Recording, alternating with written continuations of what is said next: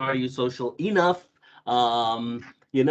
Sometimes we go to good cocktail parties and we're kind of standing off to the side and we're wondering if we should really get involved in the conversation, if we should really start being a part of what's going on. And so sometimes there's some reluctance and we're sitting there and we're going, well, oh, I know that person over there. Let me talk to that person. And then thankfully that person over there knows somebody else, and the crowd starts to get bigger and bigger, and you start to realize, yeah, you are social enough. You're able to carry the conversation, you're able to join in and participate where needed. And today we're going to do some exploring. Are you social enough? Sometimes it is actually better for folks to stay off of social. If you've consulted with me and any of my team, we tend to look at your social media page, and we may have a conversation with you. And one of the things we may say to you is, what happened back in July of 2017? Did you die? And the reason we would say something like that is because that's the perception of someone who finds you on social media, and your last activity was back in 2017. And so sometimes it is better that you recognize you're not social, and go ahead and invest in your marketing in other portals, in other ways. So this morning, we're going to start by exploring that in this session. We've invited today our guru, our digital administrator with the marketing team, Kristen Fredericks. She's going to walk us through some of the social media highs and lows and in betweens, and really take us through great classes today. If you are watching this after the fact, there is a second class that's going to come behind this one, that you're definitely going to want to be a part of also if you are engaged in social media. So with that said, Kristen's going to start with her screen share, and she will take us through Are You Social Enough? Kristen. Thank you so much. Let me get my screen up here. All right, hopefully you guys can see my screen. Everything look good? Perfect. Okay, so today I'm going to take you through a bunch of the different social media platforms. We're going to talk about what they mean, what they do, who's on them, to find out where you need to be, and also where you might want to be in the future. All right, but let's talk a little bit about why you need social media first. So the first thing, of course, is to always maintain and expand the sphere of influence. So everybody has a sphere of influence. Everybody has connections. Everybody has people who are online, and who are really active. A big portion of maintaining that sphere of influence at this point in time is making those connections. And of course, we can't be in front of people all the time. But we can be where they are. So imagine a 24/7 networking opportunity where you can always get in front of your people. And a lot of that has to do with where your sphere is online. Now, everybody is different, and we're going to talk about that today. One of the things that we've noticed, especially as we've met with lots and lots of different agents, is that your spheres are all very different. They're all located in different places. They all do different things, and it's social media is very individual, and you just need to figure out where your people are and where you're most comfortable. But being able to maintain those relationships with people online, both personally and professionally, is so important, because if you're not doing it, your competitor is. The next portion of why you need social media, driving traffic to your website and landing pages. So many of us think of social media as just that, a networking opportunity, but we don't think about it in a way of actually driving traffic. Social media is a fantastic way to be able to push people down to your website, push people down to products and services you're offering, push people down to those lead and landing pages that we have. So many times we've gone on an agent for working with them one-on-one, and we notice that they say something like, look at my new listing. It's offered for 350,000 and it's in this neighborhood. And they post a photo. That's fabulous. But if we really want to take that one step further, We want to include a link to your website that says if you want to view more photos or make an appointment, click here. Our websites, if you have the Site Builder website, also allow you to do things like if this home isn't right for you, or if you're looking in a different area, click here to view all of my listings. You can say even click more to view more homes in a very particular neighborhood and drive them down to a landing page. Those are all actions that people want to do online. I mean, even if you think about how you use all of your different social medias, if somebody encourages you to click through and the information is interesting, we more often than not click, because these are people that we know and that we trust. And that we know that they're going to send us to a page that actually has information. They're not going to send us to a malware site. They're not going to send us to something else. They're actually sending us to something that they think that we might be interested in. So as you are maintaining those maintaining those relationships with your sphere of influence online, again, these are people who know you and trust you. Go ahead and start driving that traffic down to those websites and landing pages. It's really important for the Google algorithm. The more Google sees that people are using your website and using your landing pages, the better off you are in their ranking when they're looking at agents who have lots and lots of similar websites and similar types. And also driving people to your website allows you to do things like retargeted marketing. We've talked about that in some of my other classes before, that as you drive people down to your website, you're actually able to put a little cookie on their computer that allows you to retarget them for whatever reason, just to continue to remind them that your website is a great source of information. So, and the last thing of why you need social media is we're going to talk about social proof. And this is an interesting one for us when we have these discussions with a lot of you in your one-on-one is, why do I need social media? I never use it. I don't know anybody who's online. But it's really interesting. How often have you met somebody and you got a recommendation for them, or they said, or and it could be anything. It doesn't have to be real estate related. It can be service related. It can be an event. It can be a place, anything. And the first thing you do when you go home is you start Googling it, or you look for their Facebook page, or you see if that person has an Instagram, or if it's a professional recommendation, you might actually go to their LinkedIn. And this is what Ralston was talking about with what happened when you're not using your social media. So that social proof comes in making sure that you have great content, that you are places where people can find you, and you don't have to be everywhere. You just have to be somewhere. And then also making sure that maintaining all of your information is up to date and correct. Lots of this comes back to things like making sure your photo is up to date on social media, making sure your resume is up to date on social media. If we're talking about things like Facebook, which allows you to put your work history, and LinkedIn. Social proof is also making sure that you have your most recent listings on things like Instagram, or if you have started posting stuff on YouTube and things like that, that you're maintaining that account. Social proof shows people not only that you're active, what your personality is like, that you are in the business, that you are successful, and that you are ready to help them. So that social proof is so very important.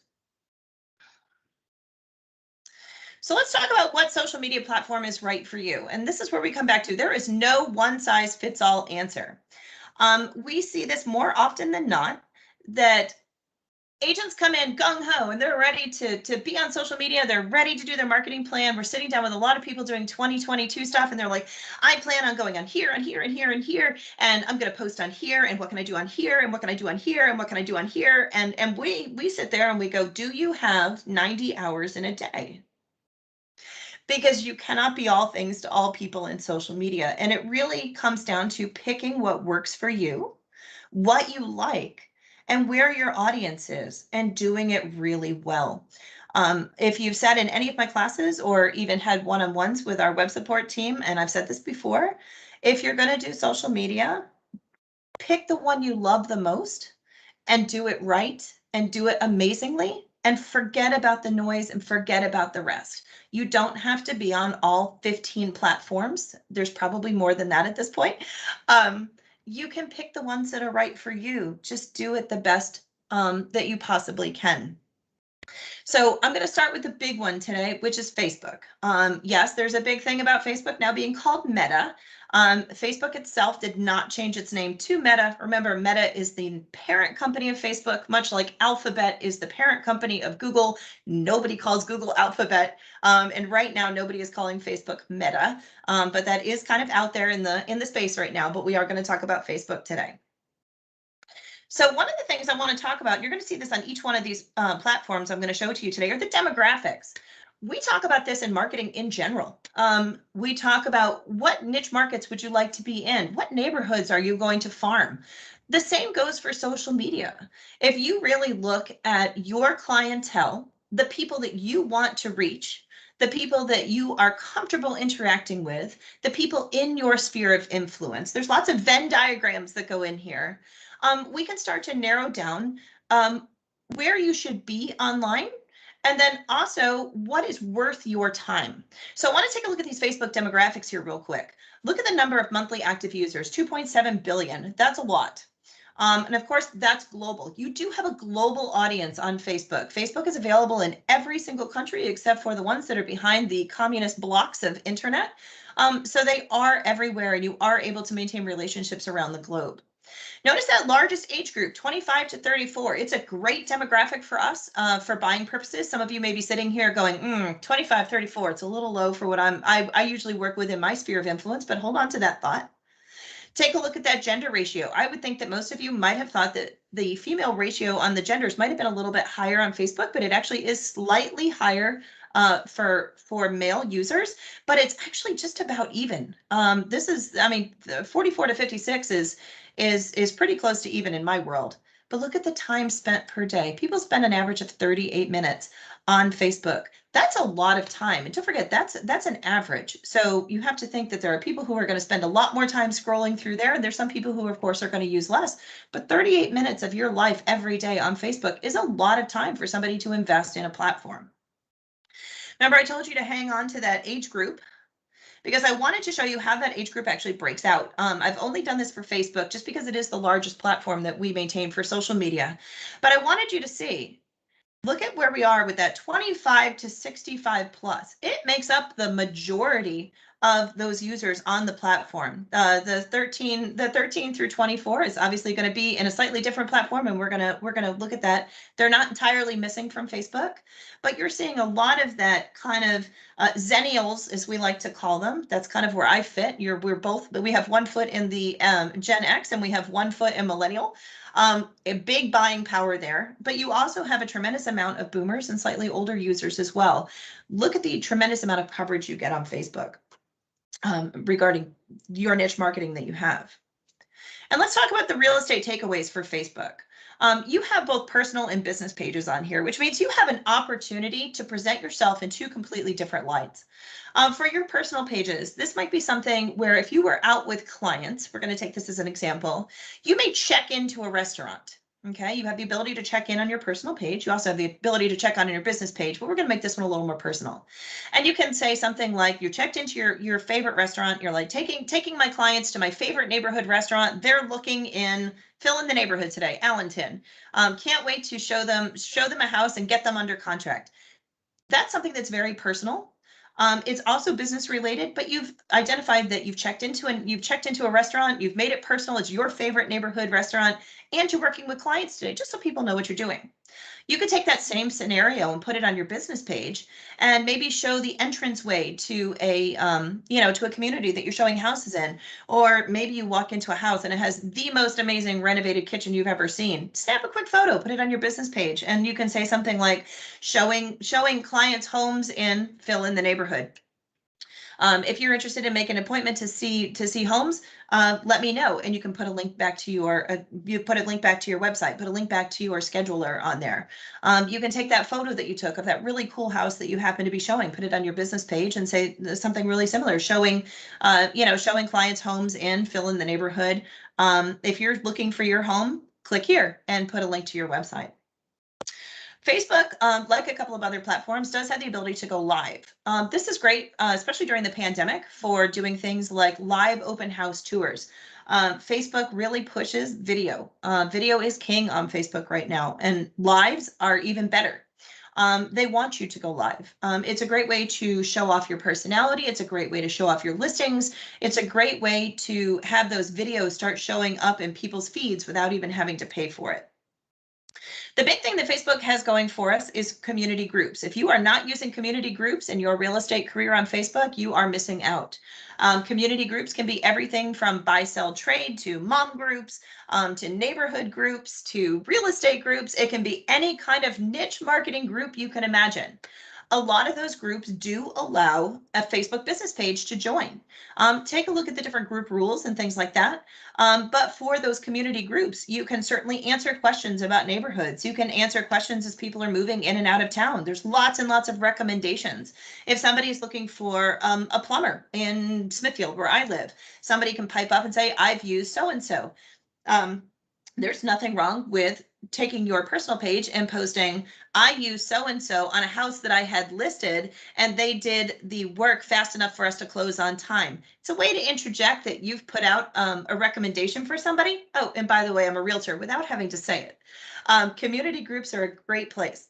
Some of them are allowing ads, and that's where we get into Facebook Marketplace. Right now, Facebook does not allow somebody to post a listing for sale unless they do it manually. Only rentals can go through Marketplace automatically. We understand that is changing coming down the line, and we're hoping it's sooner rather than later. But as an agent, you can actually create a for sale listing for your home, and then it's going to give you a list of community groups that allow that kind of posting and say, here, can you post it to different places? So you're able to do that, throw it in your buy, sell, trade groups, throw it in your real estate groups, and then you can get that Facebook Marketplace for that listing. It'll also show up in Marketplace just organically without having to pay for it. Kristen? Yeah. Hey, I want to make sure everybody is in compliance with DPOR and Realtor Code with all of your disclosures when you're throwing all of these things, especially if you're putting it on your personal pages. You still need to have realtor disclosure and agency disclosures on those pages. We will send out a link, or we will send out an example of the disclosures you need to have, but I want everyone to remember, just because it's on your personal page does not mean it's exempt from any disclosure standards. And I will mention that when I go through each one where you can put that as we go through. But on Facebook, on your personal one, you do have the ability to now put your work history on your personal Facebook page as almost a resume. And then you also have a new about section on your personal page in addition to your business page. So if you are posting as your personal page anywhere on here, make sure that you're not only disclosing that you are actively working, but also use that about section to put in all the normal disclaimers that we would normally use on our business pages. So that includes the where you're licensed, all of your basic information that you have to have for DPOR, and then also your equal housing opportunity statement. You can't put a logo, but you can put equal housing opportunity.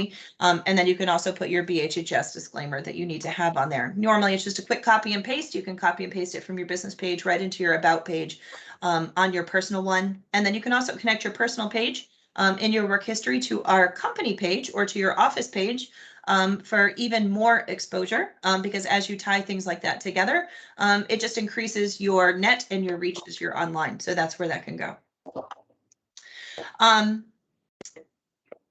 Ads on Facebook. Facebook still does have the most ads, and it also still does in the industry have the highest click-through rate. So if you are looking to spend money on social advertising, Facebook is still a great place to be and still does have the highest click-through rate of the entire industry. So let's take a look at Instagram. Now, Instagram and Facebook are now under the same parent company, and they've been that way for a couple of years, which is good news. So Instagram has an active monthly users of over 1 billion. Their largest age group is 25 to 34. Again, a really great buying profile. We switched that gender demographic just a little bit. It does skew a little bit more female.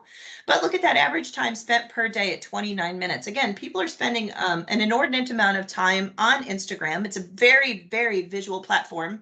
It is all about photos, and it is all about video. If you love taking photos, that is the place for you to be. And if you are, they now have something called Instagram Reels, which is fairly new in the last couple of months. If you've been on Facebook and if you noticed a new bar on Facebook that has a lot of videos in it and they're very short, that is all populated by Instagram Reels. And that's why Instagram is becoming probably the next big place if you haven't gone there and you want to do video to go. So our key real estate takeaways here, I've already mentioned this is an entirely visual platform. There's very little linking allowed in here. So if you've taken any of my classes before, I've talked about Linktree. I've talked about a couple of other things like that. On Instagram, you are right now only allowed to have one main link, and that's in your bio. However, this is changing. It used to be only influencers were allowed to link directly on a picture. So if you were an influencer, you were wearing an outfit, it was a collab between a designer or a store, you could link off to it only if you had a certain number of followers and a certain amount of influence on the platform. They are changing that so that you could actually post a photo of your listing and be able to use the listings of what they call a link sticker and then link off directly to your website. It is what they call a slow roll. It is not available for everybody yet. It is going to be a slow roll if you are on Instagram and you click on stickers and you have the one that says link, it means that your account has been activated for it. If it doesn't, you'll get it soon. This is a game changer for Instagram because a lot of realtors stayed off Instagram because there was no way to drive traffic somewhere else or to give more information. A complete game changer for this. Obviously, you can showcase your listings in homes. We just talked about Instagram Reels. So Instagram Reels are really short videos that are posted to Instagram. They're really encouraging Instagram Reels going forward with video. But as I said, Instagram is now, the Instagram Reels are now populating and tying into a tremendous amount of Facebook video. And we're talking about a lot of time on site. People can just click through over and over and over and watch short Reels and short videos. It is absolutely perfect for a realtor who just wants to show off a listing, do a quick video about what they can expect in the buying process, if they want to answer a Q&A, if they want to showcase a new neighborhood, whatever it is that's nice and short, Instagram Reels is a great place to be. The ad and messaging platforms are shared with Facebook. So if you're doing Facebook and you're looking for a place to expand, or if you're doing Instagram and you want to go back maybe to doing Facebook, because the ad and messaging platforms are shared, you get more bang for your buck. You are able to share the content between both platforms, and you are able to share ads between both platforms. You can optimize your ads and your messaging per platform as well. So it's actually a good place to be if you want to do two, if you want to do Facebook and Instagram. You don't have to do either one. You can do them both, or you can only do one. It's totally okay. Let's talk about Twitter for a minute. I get a lot of questions about Twitter. A lot of people like Twitter. But I want to show you these demographics, and I think this is really important. So it does have a lot of users, but notice it's only 187 million. And your largest age group, however, is 30 to 49. So we're getting into some of these a little bit niche markets that are often in our buyer profiles. Look at the gender profile breakdown, 32% female, 68% male. A really, really big switch. But this is the most important thing I want you to see here. The time spent per day or week, 3.53 minutes per session. That's it. So if you are looking to get in front of somebody, you have a very, very short window of time. So if we're looking at time blocking and time investment for doing social media, Twitter with users that are only spending a few minutes per session may not be worth the hours that it would spend for you to cultivate those relationships online. However, I want to talk about the real estate takeaways for Twitter. It is all about industry news and trends. You can connect with other industry leaders.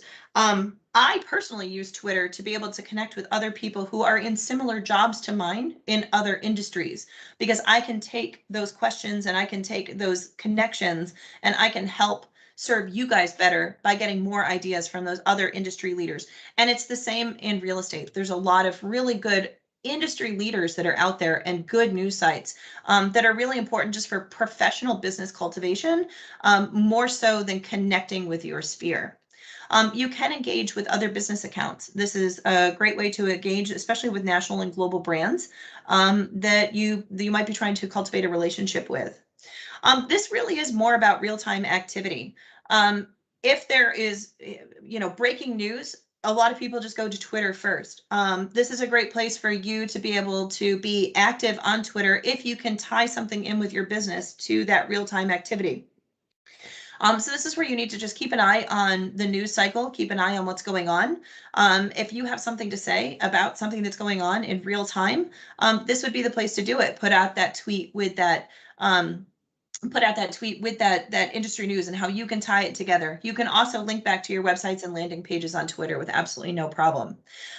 Just to fill in for Tim, the Twitter does have a place to link off to your website in your bio. The bio is very short on Twitter, but you are able to put enough to have your industry disclaimers on it, including who you're with and also your equal housing opportunity.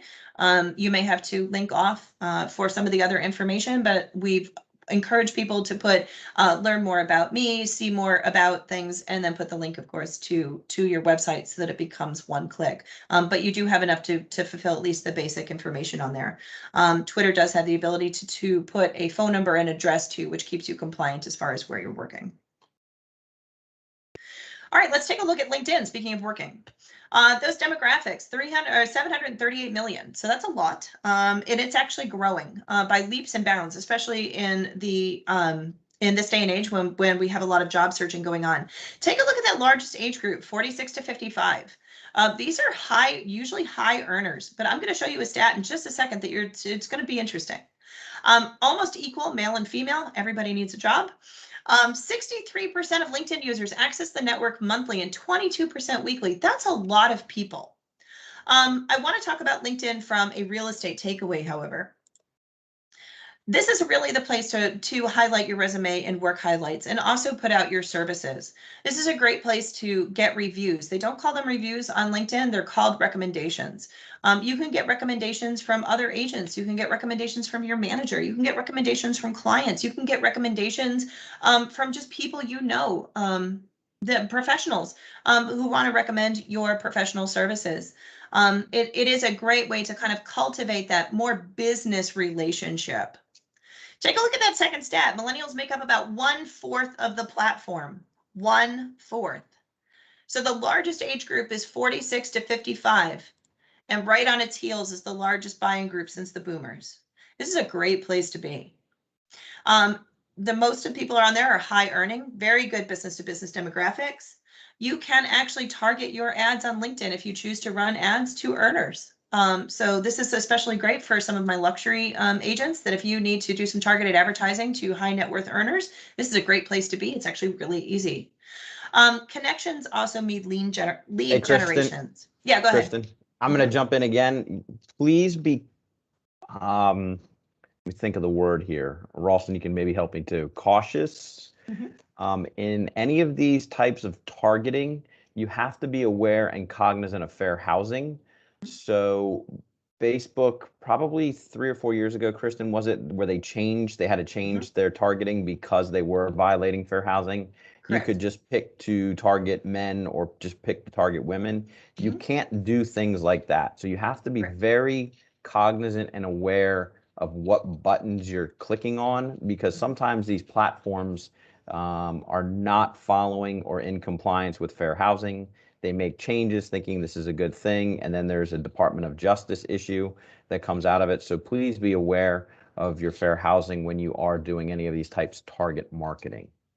So Facebook and Instagram will not let you target to anything that violates fair housing if you're running housing ads. LinkedIn is the same way. So LinkedIn is not going to allow you, if you are specifically running real estate or real estate related ads, to target to any sex. It is not going to allow you, and here's a good, it's not going to allow you to target to things like military. It is only going to allow you to do things like some of these more net worth type ad targeting so that we do not violate fair housing. We can't monitor this 24/7 on the way they do their ad targeting. So it really is also up to you to make sure that you're not clicking any buttons that would actually violate fair housing whenever we talk about any of this kind of thing. As I'm talking about these demographics, it isn't in relation to ad targeting. It really is talking about where your audience is and where your sphere of influence is and where you should spend your time. It is not in the conversation of targeting those specific groups, specific genders, and things like that online, which of course is a violation of fair housing. All right, let's talk about Pinterest real quick. So we haven't done a whole lot with Pinterest, but Pinterest has a huge number of active users. The largest age group is 30 to 49. Take a look at that gender split on here, 78 female, 22% male. Time spent per day. People are spending a lot of time on it. Pinterest is all about pinning. It's all about creating boards and creating links and creating groups of items and links for people to basically, you have a curation of different links that are different topics. I use Pinterest because I like historic properties and I like historic decorating. So I use Pinterest to search for what other people are doing. I also use Pinterest in my own business, personal life, to get design ideas, because some people will make entire boards about design ideas. It's great to have outside influence and outside recommendations for different things that have been specially curated. This works great for real estate too. There's been a huge spike in millennial and Z usage on Pinterest, and this really started with the advent of COVID, where people were home, and you have generation renovation who has nothing better to do than to renovate things because we can't go anywhere. The jury is out on how much that usage will stay is when things open up, but right now the trends look pretty good. Google loves Pinterest and loves Pinterest boards and pins. If you've ever done an image search on Google, if you've been looking for something very specific, if you've been shopping or if you've been looking for a design idea, if you've been looking for, you know, a farmhouse kitchen, a lot of the links that you'll see that come up on Google are things that have been pinned, because Google recognizes that somebody somewhere curated that pin as a good idea for something. This actually goes for listings, areas, designs, everything. As people are Googling things like maybe they're interested in the park systems in our area, maybe city parks in a particular, you know, Virginia Beach city parks, or if they're interested in, you know, Colonial Williamsburg or your favorite restaurants in, you know, Newport News. Those can all become boards. Those can all become pins. And as people find those, you can push those things down. Now, you can pin stuff off your own website. And this is where we find the most success for real estate agents. It's about making those connections by sending people, of course, down to your website and showing people things that are interesting. You can pin your own listings. You can pin photos from listings that are really interesting, that have cool design ideas. You can create landing pages for different neighborhoods. You know, the top 10 neighborhoods in Smithfield that have playgrounds. Whatever you want to do, and pin those with a photo. You can do design ideas. You can do all sorts of fun stuff. But a lot of that you can start sending again back down to your webpage, back down to your landing pages, and you start to make those connections because people can share those pins. People can keep all of your curated ideas. And then, of course, those links just keep filtering through the internet over and over and over and over and over again as people continue to use your curated ideas in their own pins and boards. It really does create a lot of backlinking to your website. Google loves backlinking. And it might be somewhere that you want to spend some time just curating some networking and curating some business by creating these boards and pins. We're not done yet. We still have some more to go. I promise to start wrapping this up. We haven't talked about a lot of the big video sites yet. So we haven't talked about TikTok, we haven't talked about YouTube, and we haven't talked about Google My Business yet. So let's talk about TikTok. For those of you who have not been on it yet, it is a pure video platform. It's a lot of fun. It's a great place to be if you are into memes and popular culture and popular music.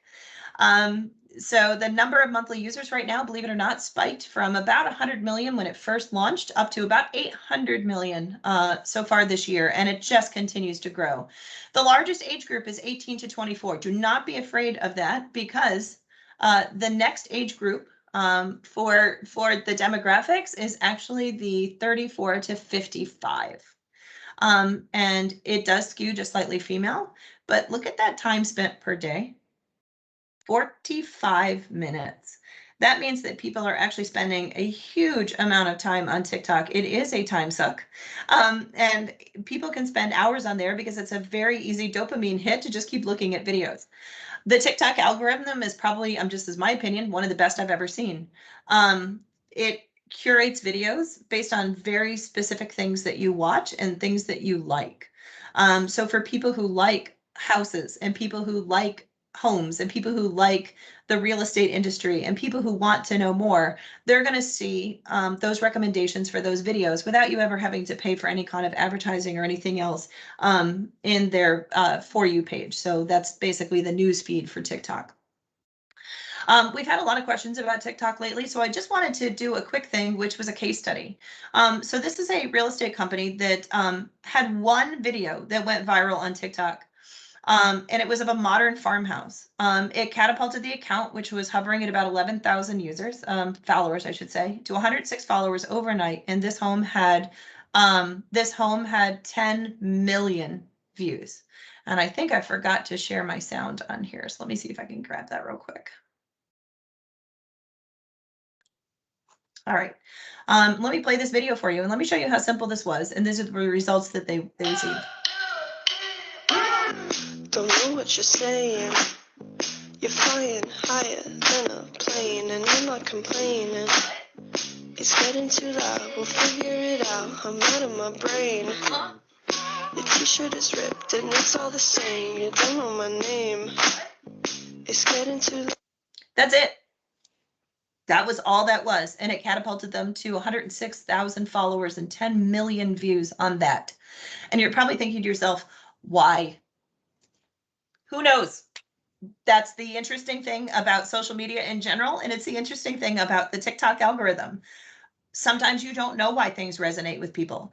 There was a really interesting interview with this particular team, and they said the things that they worked the hardest on didn't get as many views. The things that were spontaneous were the things that got the most views.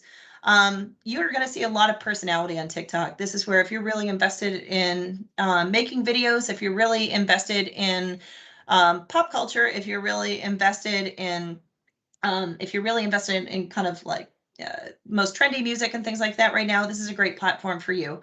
I do recommend that you check out some of the real estate channels on TikTok if you haven't already. Again, video is king. And right now, TikTok actually does have a pretty good arrangement with Instagram, where you can post your TikTok videos directly to Instagram if you would like. And remember, we talked about Instagram and how it's now tying in with Facebook. So if you start posting your videos on Instagram from TikTok, those will also be picked up on Instagram Reels, which will be fed into Facebook, which is probably why, if you have been on Facebook for any amount of time lately, you have seen an awful lot of TikTok style videos that you did not necessarily know were from TikTok. And that's because of the relationship between TikTok, Instagram, and then of course, Facebook.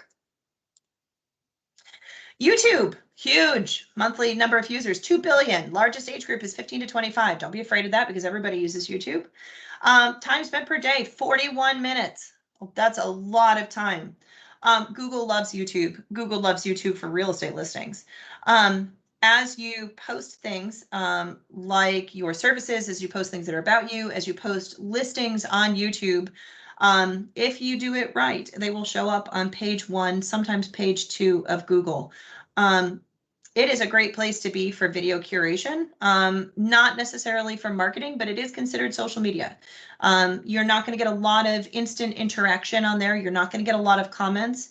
But what you can do with YouTube is do a lot of driving down to your website. And also YouTube is a great place to start generating content that you can share back to your other social medias. So again, you're probably noticing that this is very circular at this point. So sometimes it's about networking, sometimes it's about generating content, but it's also about where you should spend your time. I haven't put anything on here for Google My Business. We're going to save this for another day. This is a whole different kettle of fish, and one of the things that you need to do for your business, but it is considered a social media, believe it or not. You are able to post on it. You are able to share your services. You are able to You are able to comment back and forth between people. You are able to answer Q&A, so therefore it does go into the social media. But there's so much more involved with this with real estate. I could not possibly cover it in the time allowed today. So I'm going to request that Tim put this on our next one so I can do a whole class on Google My Business. But I want you to just start thinking about Google My Business as social media, not just a directory. Probably my We will favorite do quote. it. Thank you. The best marketing doesn't feel like marketing. So we've talked about a lot of these social media, the social media things today. We've talked about the niche markets that are on here. We've talked about what it takes to post on them. We've talked about making sure that you have that social proof and that you're maintaining those relationships online. But the big thing about social media is it shouldn't feel like work. If you're not happy on a platform, don't do it. If you really love Facebook and you love interacting with people and all of your sphere are there, make the most of it. You know, post all of your content, have great time. If your favorite account is Instagram, post there and do it the best you possibly can. If you love video, if you love making video, if you love memes, if you have a comedic sense of humor, try TikTok. It might be for you, but whatever you do, you should really love doing it. It shouldn't take hours and hours and hours and hours, and it shouldn't feel like you're trudging through something. Social media is all about being social. It's all about network. It's all about making those connections, and it's all about being completely authentic online, being where your people are, and really enjoying the marketing experience. So I'll leave you with that today. I hope you guys have learned something. I hope you have learned where you might want to spend more of your time, and also some of the other options that are available to you. Of course, if you have any questions, we're always available in web support. You can email us at websupport@bhhstown.com, and we'll be happy to help you with any of your social media questions. That's awesome, Kristen. Thank